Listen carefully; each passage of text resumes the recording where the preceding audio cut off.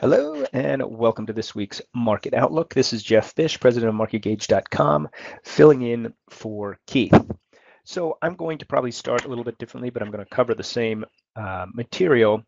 And I'm going to start differently because I wanted to focus on the big picture, the weekly charts, before we go into the market internals and some of the details. And I'm going to start with the premise that the market has, and we're looking at weekly charts. So here's a weekly chart of the SPYs. I have the weekly chart of TLTs. I'll get to that in a second. The weekly chart of the Qs and the IWMs. And sure, I don't need to explain to all of you that the SPYs have had an incredible week this week, making a really clear breakout over these all-time highs and a big weekly consolidation here. While at the same time, the big breakout in the IWMs pretty much through this 130 level has just continued higher in a historic way. Now, at the same time, we've got the Qs unable to break out of its weekly highs. On the other hand, the broader Nasdaq, the Composite, I should say, has broken out, although not as powerfully as the other ones. So I'm going to start from the premise that the breakout in the SPYs is real, the breakout in the IWMs is real, but perhaps it's a little extended. Now, this Wednesday, we're going to have the Fed giving us their insight or opinion on what's coming next. Everybody pretty much has assumed that they are going to raise rates, so that's not really the news that everybody's going to be watching out for. What the market will be looking for is, I could say, as always, what the Fed says more so than what they're actually doing. That is, of course, assuming they do raise rates. So what I think we need to look out for here is not that we need to chase this higher. On an individual stock basis, individual sector basis, there may be some opportunities to continue to get in to trades, to trade them for the upside. But I think the big picture here is, on the next correction, do we think that this breakout is real, or do we think the next correction is going to hold? Now, that correction in a market this strong could be 2 or 3 days leading into Wednesday, and then Wednesday being the catalyst for either a pretty big move down or another resurgence up. Again, I'm going to go out on a limb here, and I'm going to say that if we consolidate or move lower into Wednesday, the odds are that that move will be up. If we continue to rally in this crazy way that we've been rallying into Wednesday, then I would expect that the Fed meeting will put the brakes on things, not necessarily have it be a big down move, but put the brakes on it. In other words, the market has a better chance of resuming its uptrend if it spends the next couple of days resting or pulling back. So that's Wednesday. Bigger picture than that is, what if the market comes back and attacks these prior highs? All right, the key number I think in IWM to look for is 130. Before that, just over 135 in here. If these markets pull back to, let's call it 135 in the IWMs, 130 in the SPYs, I think we look for it to hold there. And that's the patience that I think we need to have on a bigger picture, or that's the opportunity if the Fed meeting pulls this market lower. However, we are in December, so if all we get is some consolidation between now and Wednesday, and then the market heads higher, then I think you have an opportunity to follow it. Don't just wait until it pulls back down to here. All right, so put differently, I think if the market pulls back sharply to the breakout level, you'll look for an opportunity to buy it. If it pauses and then the Fed creates a catalyst for it to go higher after a pause, then you can follow it. Now, where does that leave the Qs? The Qs, I don't think the Qs are negative until they break below this weekly range. They're stuck in this range until they break it. If the Qs break out of this range, then that may be an area where you look to play the long side as the Qs try to catch up, and presumably the Qs would be moving higher and the other markets would slow down, if not even consolidate, as the Qs move higher. So the opportunities might exist in the Qs if they do break out. However, I don't think the Qs really have to break out for this bull market to continue. They could continue to kind of work their way higher in a very torturous way as they did in here. That's not to imply it will then go down to lead into a flash crash, but they could just widen their range, really not do much, and still have the other areas of the market move higher. So let's take a look quickly at the TLTs. The one thing that would concern me with the markets moving higher would be if the TLTs break the 115 level. Now, what you can't see on this weekly bar, but before I zoom in, the 115 is this low right in here. It's a major low from 2015, and we're looking at weekly levels. So this green bar here, green line, is the 200-week moving average. So we're still in my opinion, still kind of within the range of the 200-week moving average.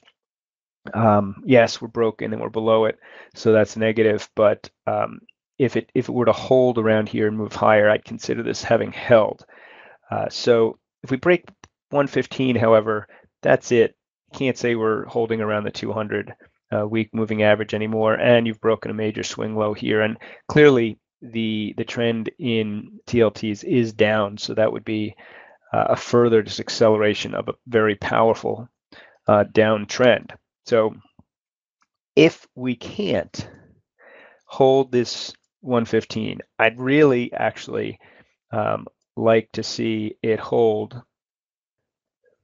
the 118 level and bounce higher, but 115 is the big number to watch. If it breaks down through 115, that could be problematic in that we could see interest rates rise faster. In other words, bonds fall faster than stocks would really like them to. All right, so that longer term would be the thing I'm looking out for. However, sitting right here around the 118 level, if we snap back over the 118, back up into the 120, and consolidate in and around this 200-week moving average, I think that's probably a perfect prescription for the stocks to be able to move higher. So that's all big picture. The question is the market overbought here? Will it pull back? And let's go take a look at the market internals to have a better perspective on that.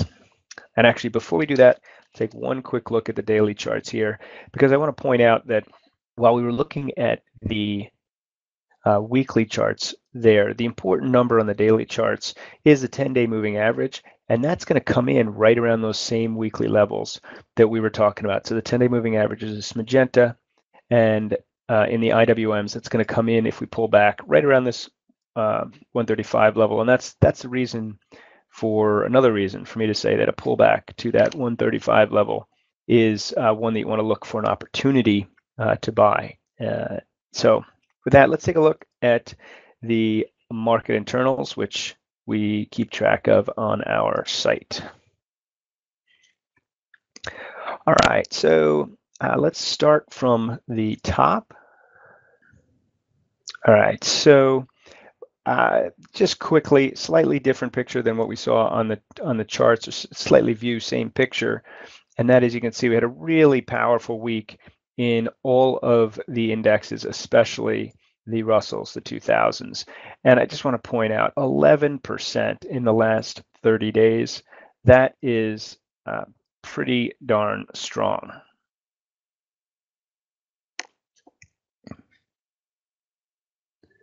Sorry, my screen is doing some weird stuff here.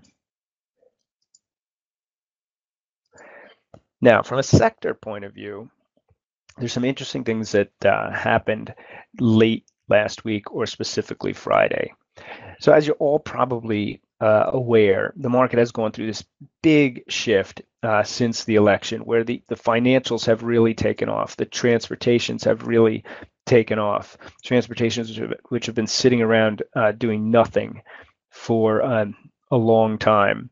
And the industrials have taken off. And this has kind of come at the expense of the stuff that was leading the markets earlier, the XLPs and the XLUs.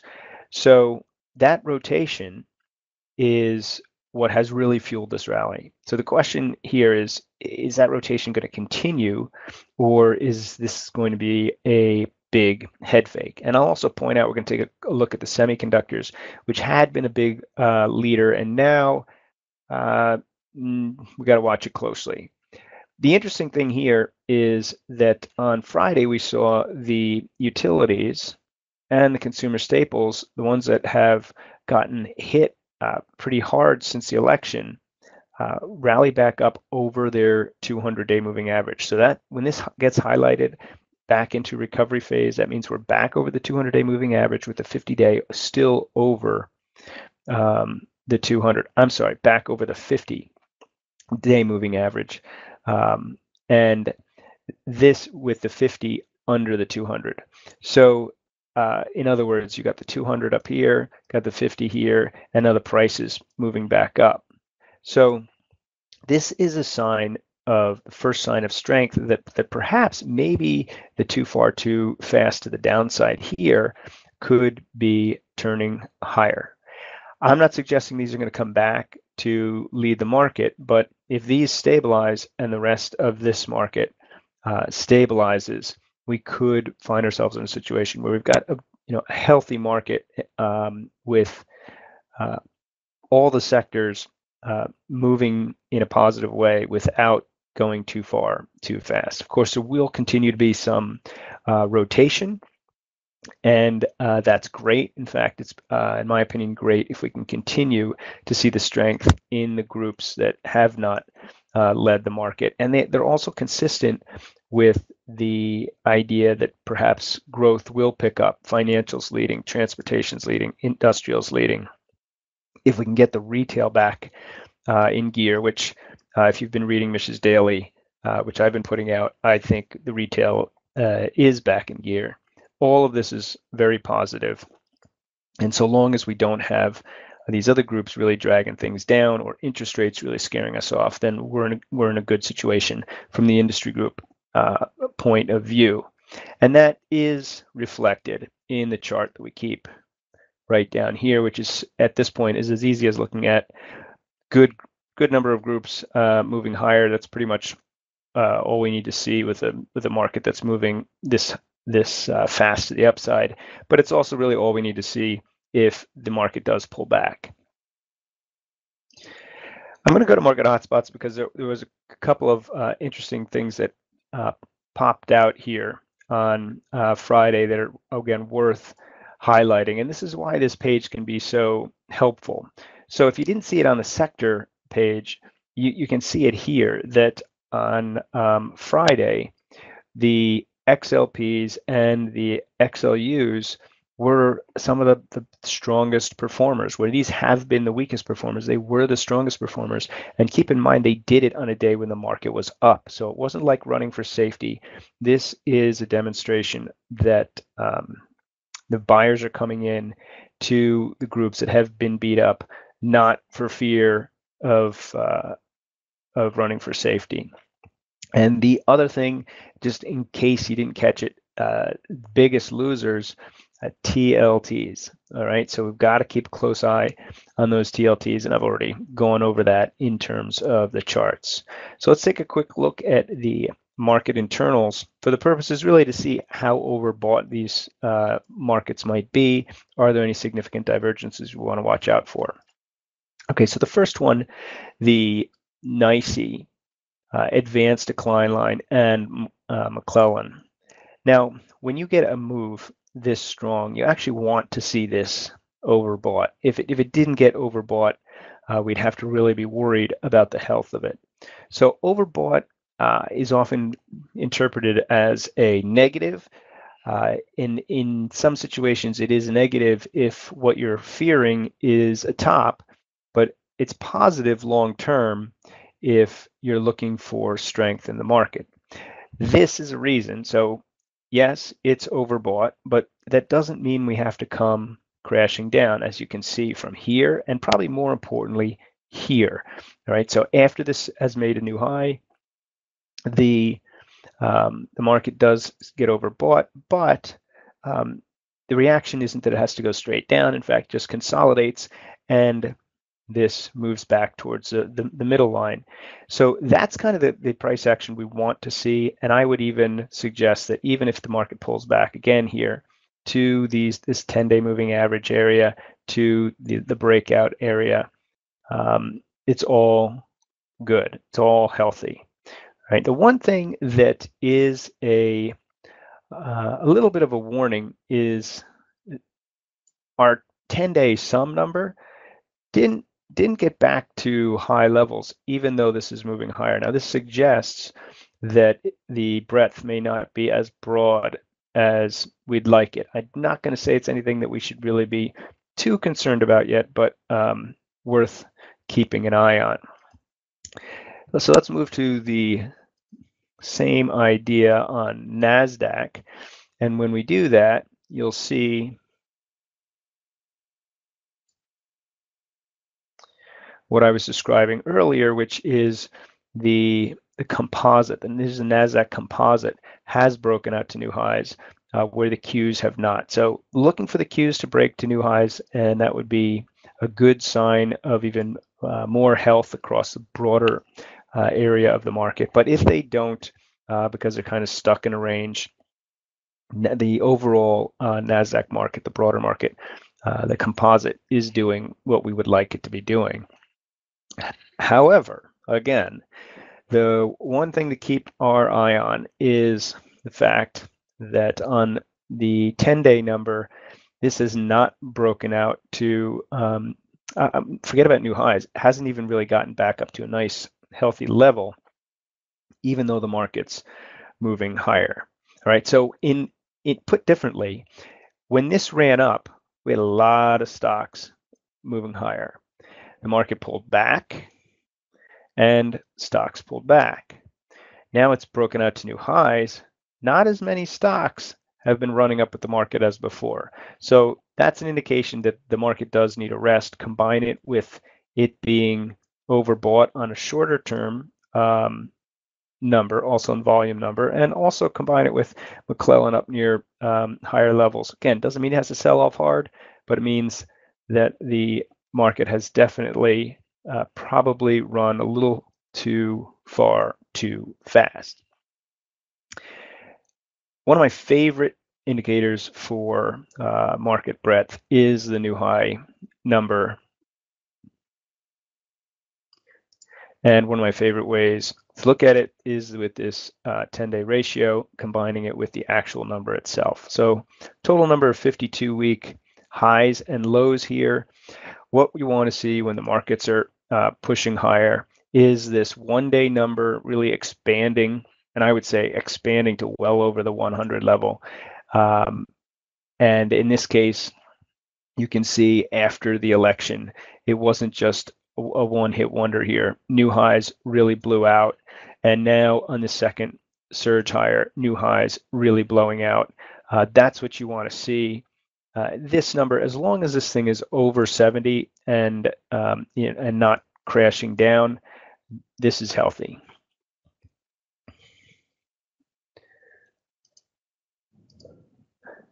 So let's take a look at Nasdaq.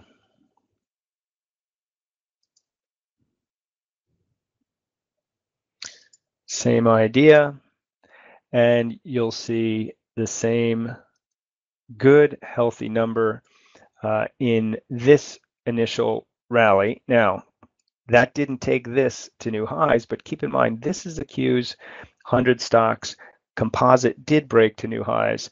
And again, more another big thrust here as composites moving to new highs. So this is a big positive.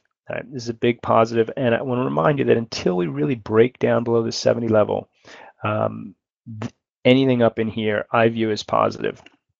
If it starts trending lower, a little bit of a warning sign, but you really want to see it trending lower, have the market break lower, and it break below 70. So this, from a new highs perspective, is good. In fact, I would say it's really good. Another reason why I would look for a pullback to be an opportunity, not to be something that you have to run for the hills from. Now, if we take a look at the volatility in our measures of volatility, not surprising that volatility is low. There's not really much to gain from this particular position of the chart, but the thing I would keep an eye on going forward is if you see a spike down and a spike down below the volatility band here, that's an indication that we could have hit a point where the market has just gotten way too complacent, and when that happens, the market tends to snap back. So in other words, if you see this red line cross under the Bollinger Band here and then come back through it, I would watch out for that to have negative implications short term in the market.